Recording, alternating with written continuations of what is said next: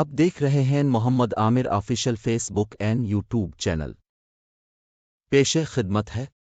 नादिर शाह, तीसरी किस्त। नादिर शाह एक दोहरी सकाफत में बड़े हुए।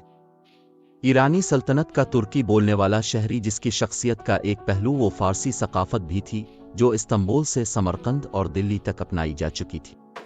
वो 10 साल की उम्र में एक अच्छे घुड़सवार और शिकारी के तौर पर जाने जाते थे जो तीर अंदाजी और नेज़े के भी माहिर थे।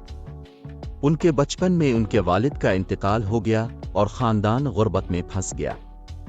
एक्स वर्दी लिखते हैं कि एक ऐसे मुआशरे में जहां औरत मर्द के बगैर बहुत कमज़ोर हो जाती थी, उनकी मां ने एक गरीब बेवा के तौर पर हिम्मत नहीं हारी।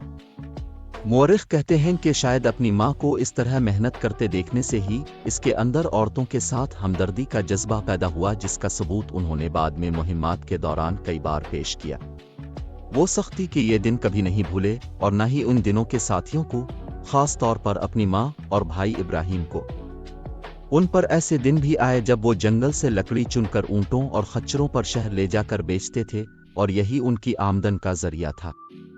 एक्स वर्दी बताते हैं कि बादशाह बनने के बाद अपने लकड़ी चुनने के उन दिनों के एक साथी को नवाजते हुए उन्होंने इसे कहा कि वो मगरूर मत हो जाना, इस खच्चर को और लकड़ियां चुनना याद रखना।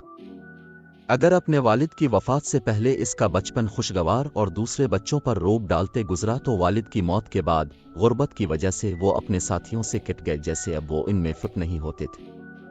मुअर्रिख लिखते हैं कि बादशाह बनने के बाद भी अपने अर्द गिर्द के माहौल में, शानदार दरबारों और अशराफिया में फुट न होने का एहसास सारी जिंदगी उनके साथ रहा। 15 साल की उम्र में वो एक मकामी सरदार और इब्बिविर्द शहर के गवर्नर बाबा अली बेग की सर्विस में चले गए। बाबा अली बेग खरासान के अफसरों में अहम सरदार थे।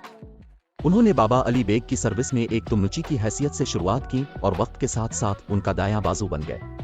ये वो जमाना था जब ईरानी सल्तनत के इस दूर दराज इलाके में भी आतिशी असलहा पहुंच चुका था और नादिर ने इस वक्त के जदीद जंगी तरीकों पर मबनी अपने करियर की बुनियाद यहां रख दी थी। आने वाले महीनों और सालों में नादिर शाह ने ईरान की अस्करी सलाहियतों में इनकलाब बर्पा कर दिया। सन 1714-15 में एक तरक कबीला खरासान की शुमाली सरहद पार करके सल्तनत की हुदूद में दाखिल हो गया। लड़ाई हुई, बाबा अली की फौज का पल्ला भारी रहा, सैकड़ों हमला आवर कैदी बन गए। नादिर ने यकीनन अहम किरदार अदा किया होगा कि बाबा अली ने इस कामयाबी की इत्तला सल्तनत के दारुल हुकूमत अस्फहान जाकर ईरान के सफवी बादशाह शाह सुल्तान हुसैन तक पहुंचाने के लिए नादिर शाह का इंतखाब किया। नादिर शाह को बादशाह के सामने पेश होने के एजाज के साथ दरबार में 100 तमन भी इनाम में मिले। ये उनका अस्फहान का पहला दौरा था जिसमें उनका एक बिल्कुल नई दुनिया से तारुफ हुआ। एक तारीखी हवाले के मुताबिक दरबार के कुछ अहलकारों ने नादिर के साथ बुरा सलूक किया और बरसों बाद जब वो शाह बना तो उसने अपने दरबारियों की तफरीह के लिए इस वाक़ये को एक थिएटर ड्रामे की सूरत में पेश करने का हुक्म दिया। नादिर शाह का शाही शान और शौकत देखने का यह तजर्बा अच्छा नहीं रहा और वो कभी इस चीज़ को पसंद नहीं कर सके। ये वाक़या उनके अपने इर्द गिर्द माहौल में मिसफहम होने की एक और मिसाल है। दरबार के उमरा इस कबायली की सलाहियतों को पहचान नहीं सके थे।